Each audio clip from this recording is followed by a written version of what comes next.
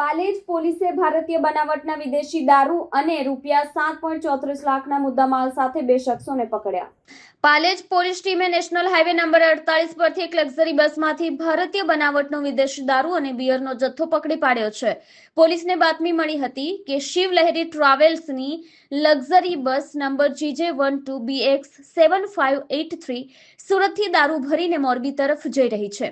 પોલીસે new બલવાસ hotel નજીક બસને રોકીને તપાસ કરતા બસની ડિક્કીમાંથી કાયદેસરની રીતે વહન થતી દારૂ અને બિયરની કુલ 100 નંગ બોટલો ટીન મળી આવ્યા હતા, જેની કિંમત ₹25,610 છે. પોલીસે દારૂ, બસ કિંમત ₹7 લાખ, 2 મોબાઈલ કિંમત ₹5,500 અને રોકડ રકમ કિંમત ₹2,900 મળીને કુલ ₹7,34,010 નો મુદ્દામાલ કબજે કર્યો છે.